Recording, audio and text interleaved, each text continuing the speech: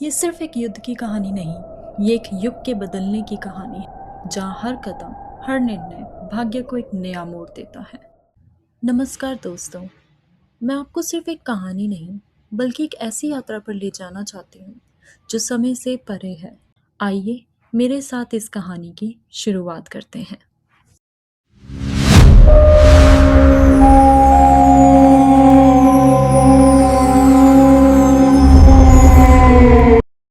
ये है हस्तिनापुर, एक समृद्ध राज्य जहाँ सुख और शांति साथ साथ बसते थे। महाराज शांतनु के शासन में प्रजा खुश थी और हर चेहरा मुस्कुराता था। खेतों में लहराती फसलें इस बात का प्रमाण थीं कि राज्य सुरक्षित और न्यायपूर्ण था। नदियों के किनारे महिलाएं हंसती हुई पानी भरती, बिना किसी भय के। यहाँ की सेना सतर्क थी, तैयार, अनुशासित और राज्य के लिए समर्पित। हस्तिनापुर की सेना सिर्फ बलवान नहीं, बल्कि धर्म और मर्यादा से भी भरी थी और हर चुनौती से लड़ने के लिए हमेशा तैयार रहती थी। उनके आते ही प्रजा उनके नाम की जयकार करने लगती थी। विवाद हो या संघर्ष, राजा शांतनु शांति और संवेदना से फैसले करते थे। युद्ध में घायल सैनिकों का दर्द राजा के हृदय को छू जाता था। वे सिर्फ राज्य नहीं चलाते थे, युद्ध में भी सेना के लिए हमदर्दी रखते थे। धर्म की जय, हस्तिनापुर की जय। युद्ध और राजकाज के बाद वो बगीचे में चलते थे, शांति की खोज में। पर इस शांति के पीछे एक खामोशी थी, एक अधूरापन। भरपूर राज्य के मालिक होते हुए वह सोचते, इतना विशाल राज्य, इतनी प्रजा, पर इस भोजन पटल पर मैं कितना अकेला हूँ। प्रजा महसूस करती, हमारे महाराज कितने अकेले। मुझसे महाराज का दुख देखा नहीं जाता। उनका राजा चाहे कितना भी मजबूत है, पर तन्हा भी है। कभी कभी उनका दर्द शब्दों में बाहर नहीं आ पाता था, केवल आंसू बनकर बह जाता था। इतना विशाल साम्राज्य और इतना अकेलापन, ना जाने ये कब पूरा होगा। सिंहासन ऊंचा था, पर उस पे बैठे राजा का अकेलापन शायद उस सिंहासन से भी ऊंचा था। इसी अकेलेपन से एक नई कथा का जन्म होने वाला था।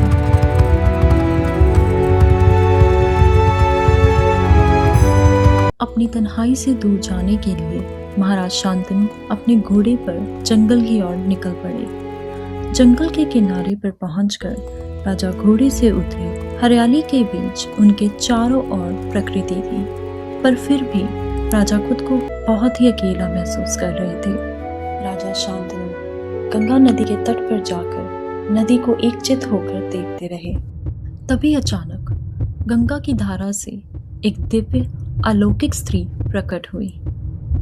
श्वेत वस्त्र, चमकते आभूषण और मुख पर अद्भुत शांति। इस अलौकिक स्त्री की सुंदरता देखते ही बनती थी जैसे कोई अप्सरा स्वर्ग से उतरी हो। शांतनु ये देखकर चुप ना रह सके। वह बोले, आप कौन हैं देवी? आपकी सुंदरता देखकर मैं निशब्द हूँ। कृपया करके मुझसे विवाह कर ले। गंगा ने स्पष्ट स्वर में कहा, मैं आपसे विवाह करूंगी, पर मेरी एक शर्त होगी।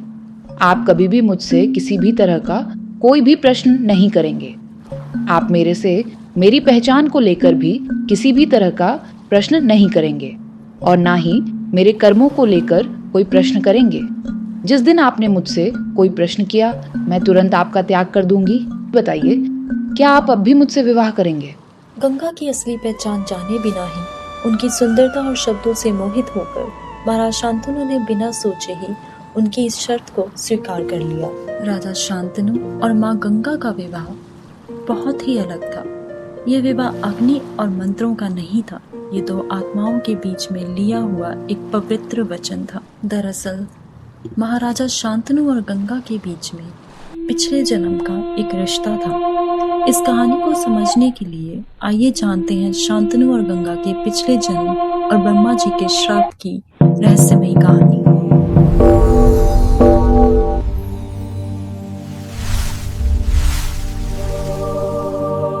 महाराज शांतनु सतयुग में महाभीषा नाम के एक बहुत ही न्यायप्रिय और लोकप्रिय राजा थे।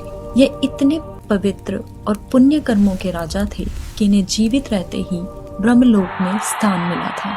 एक दिन स्वर्ग में महाराज महाभीषा को ब्रह्मा जी की सभा में निमंत्रण मिला, जहाँ देवता और अन्य दिव्य प्राणी भी उपस्थित थे और वहाँ पर गंगा भी थी। नदी की देवी गंगा ब्रह्मा जी को श्रद्धा से प्रणाम कर रही थी। तभी एक तेज हवा का झोंका आया, जिसने गंगा के वस्त्रों को एक पल के लिए हिला दिया। सब लोग संकोच में अपनी आंखों को इधर उधर घुमाने लग पड़े, पर महाराज महाभीषा उस दृश्य को देखकर गंगा की सुंदरता पर मोहित हो गए। इस दृश्य को देखकर ब्रह्मा जी बहुत क्रोधित हो गए और महाभीषा को श्राप दिया। अहंकारी राजा, एक सुंदर महिला देखकर तुमने अपना मन और संवेदना खो दी। अब तुम देवताओं के साथ नहीं रह सकते। तुम धरती पर जन्म लोगे और तमाम परेशानियों से जूझते रहोगे। महाभीषा, मैं तुम्हें ऐसा दुख दूंगा जो युगों तक तुम्हारी चेतना को जला देगा। गंगा लज्जित होकर बोली, यह शार्प नहीं, मेरे हृदय पर रखा गया धर्म का भार है प्रभु। यदि यही मेरी नियति है, श्रद्धा के साथ स्वीकार करती हूँ। ब्रह्मा जी के श्राप और पिछले जन्मों की कहानी के बाद अब हम वापस आते हैं वर्तमान में, जहाँ शांतनु और गंगा का विवाह हो चुका था और दोनों एक साथ अपनी नई जिंदगी की शुरुआत कर रहे हैं।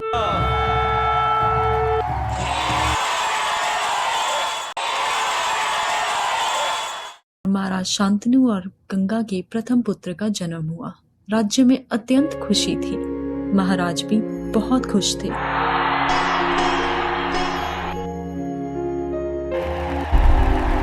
पर गंगा इस खुशी के मौके में कुछ राज अपने दिल में लिए हुए अंदर ही अंदर रो रही थी। मेरा हृदय टूट चुका है। मैं इस शार्प को कैसे निभाऊं? मैं यह पाप कैसे करूंगी? गंगा ने अपने प्रथम पुत्र को अपने ही हाथों से गंगा की धारा में समर्पित कर दिया।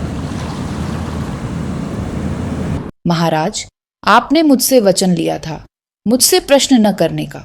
कृपा कर मुझे मौन निभाने दीजिए। महाराज शांतनु का हृदय टूट ही गया था, पर उन्होंने कुछ नहीं कहा, क्योंकि वे गंगा से की गई शर्त का पालन कर रहे थे।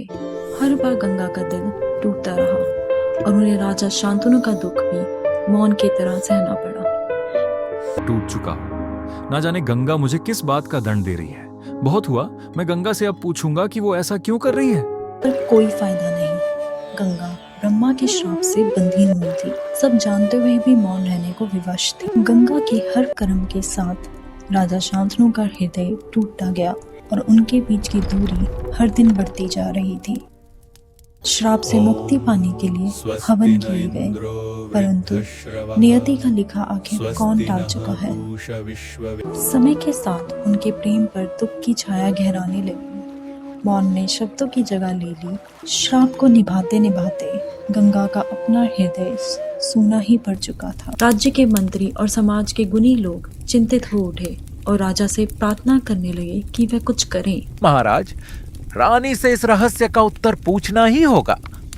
आखिर कब तक इन राजकुमारों का बलिदान होता रहेगा? मैं आपकी बात से सहमत हूं। मैं आज ही गंगा से सत्य पूछूंगा।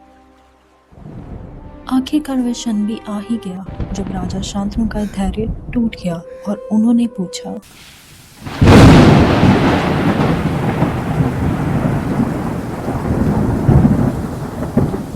फिर वह क्षण भी आ ही गया जब गंगा अपनी पीड़ा और श्राप की कहानी महाराज शांतनु को बताने वाली थी।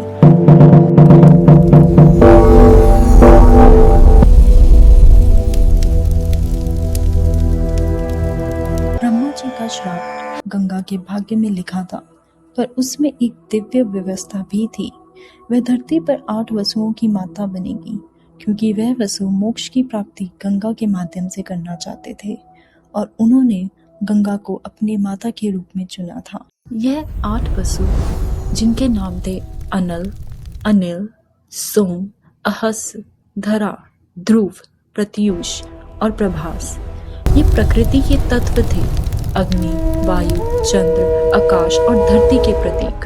ऋषि वशिष्ठ के आश्रम में थी नंदिनी। यह कोई साधारण गाय नहीं जो यज्ञ, भोजन और आश्रम की हर आवश्यकता को पूरा करती थी। दिन प्रभास की पत्नी ने उससे कहा, स्वामी, वह गाय साधारण नहीं है। उसके दूध में अपार शक्ति और वैभव छिपा है। प्रभास दुविधा में पड़ गया। जो उसे पाएगा वही भाग्य का स्वामी बनेगा। आप वो गाय चुरा लें। प्रभास के कहने पर भातृ प्रेम में बंधे हुए सातों वसु भी मान गए और उन्होंने मिलकर नंदिनी को चुरा लिया। ऋषि वशिष्ठ कोई आम ऋषि नहीं थे। उन्होंने तुरंत अपने प्रतोबल से जान लिया ये कृत्य वसुओं द्वारा ही किया गया है और उन्होंने सभी वसुओं को श्राप दिया। तुमने मेरी दिव्य गाय का अपहरण किया है। इस दुष्कर्म के लिए मैं तुम सभी को शाप देता हूँ कि अगले जन्म में तुम सब मनुष्य रूप में जन्म लोगे और अत्यंत दुख और पीड़ा से गुजरोगे। वसुओं ने ब्रह्मा जी से विनती की, यदि आपका क्रोध शांत हो सके तो हमें क्षमा कर दें। ठीक है, तुम सब वसु जन्म लेने के 1 साल के भीतर ही पृथ्वी पर लौट जाओगे। पर जिस वसु ने तुम्हें इस कृत्य के लिए उकसाया वह पृथ्वी पर सबसे अधिक समय बिताएगा। गंगा ये सब जानती थी। यह सब उनका दंड नहीं, उनका कर्तव्य है। माँ होकर भी उन्हें कठोर बनना पड़ा क्योंकि श्राप से मुक्ति का यही मार्ग था।